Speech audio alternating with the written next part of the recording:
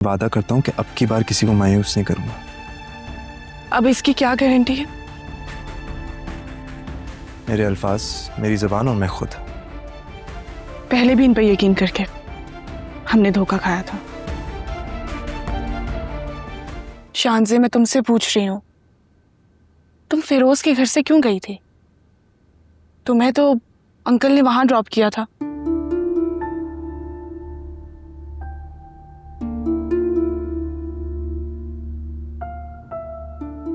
फिरोज ने निकाला या मोइना आंटी ने?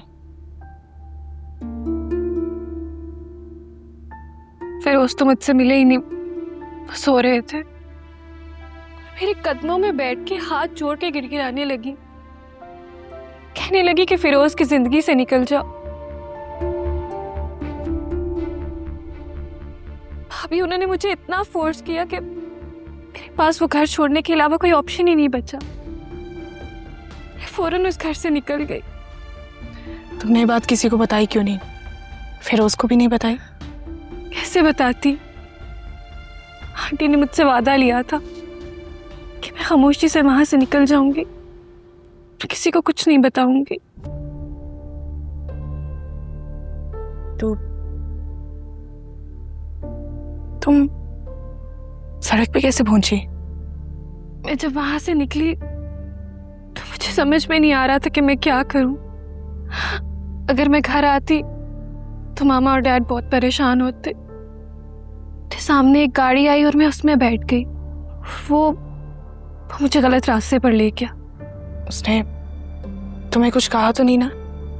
मुझे उसकी नीयत ठीक नहीं लग रही थी। मैंने उसे कहा गाड़ी रोकने के लिए, लेकिन उसने गाड़ी नहीं रोकी। तो मैंने गाड़ी का दरवाजा खोलकर मैं बाहर कूद गई। उसके बाद क्या हुआ मुझे कुछ याद नहीं। पता नहीं तुम्हारे साथ ये सब कुछ क्यों हो गया। मैं भी यही सोचती हूँ, मेरे साथ ही ऐसा क्यों होता है। मैं जब भी जिंदगी की तरफ आगे बढ़ती हूँ, मुझे न जाने क्यों ते कदम पीछे आना पड़ता है। मुझे पूरी उम्मीद थी अगर फिरोज जैसा अच्छा इंसान मेरा हाथ थाम लेगा तो मेरी जिंदगी पुरसकून हो जाएगी। मगर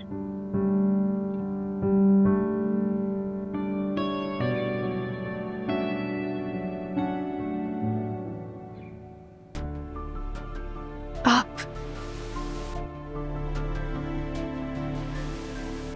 मुझसे कुछ भी छुपाने की जरूरत नहीं है, मैंने सब सुन लिया।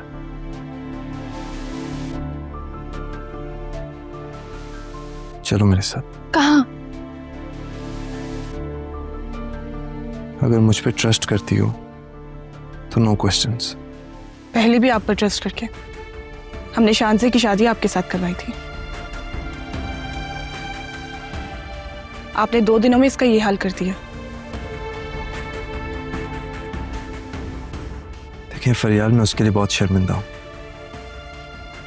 लेकिन वादा करता हूं कि अब की बार किसी को मायूस नहीं करूंगा। अब इसकी क्या गारंटी है? मेरे अल्फाज, मेरी ज़बान और मैं खुद। पहले भी इन पर यकीन करके हमने धोखा खाया था। सही कह रही हैं,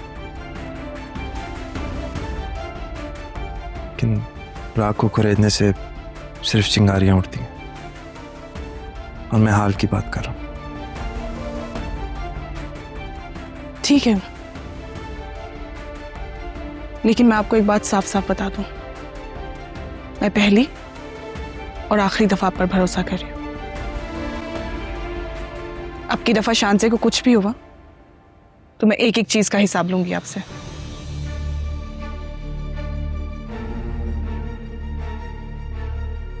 चलो।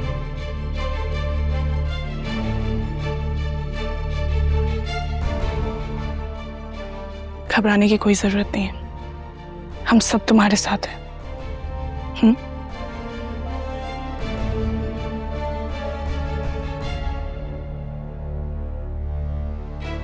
जाओ, चलो।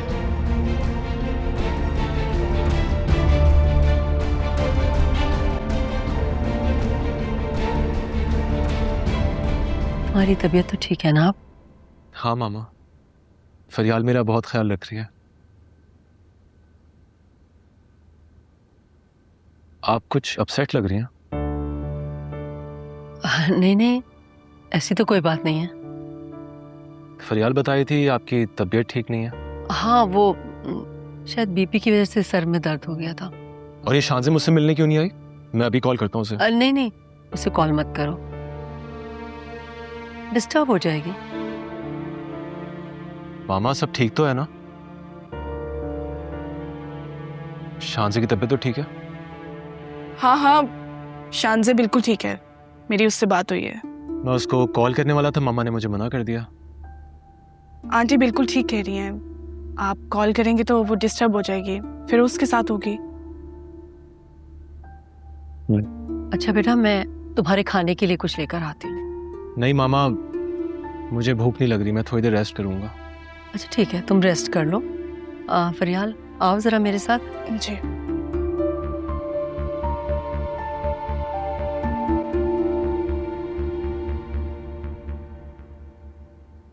तुमने उसे क्यों जाने दिया? तुम्हें पता तो है पहले भी क्या हाल किया था उन लोगों ने उसका। आप भरोसा रखें, उम्मीद है शान से अब वहां ठीक रहेगी। कुछ बताया उसने तुम्हें कि उसके साथ हुआ क्या था? जो हो गया है उसे जाने दीजिए, अब ऐसा कुछ नहीं होगा। यकीन है कि फिर उसका हर जगह साथ देगा। मगर मेरी जब तक शाज़े से बात नहीं हो जाएगी ना, मेरे दिल को सुकून नहीं आएगा।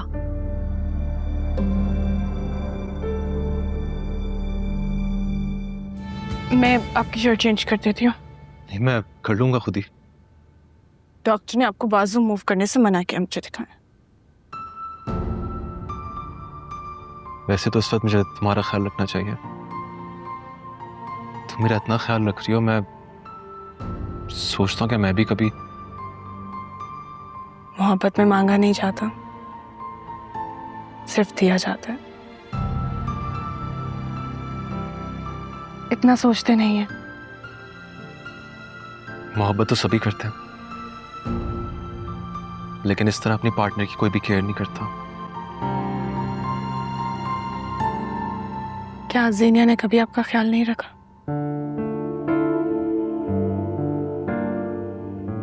वो तुम जैसी कभी नहीं हो सकती।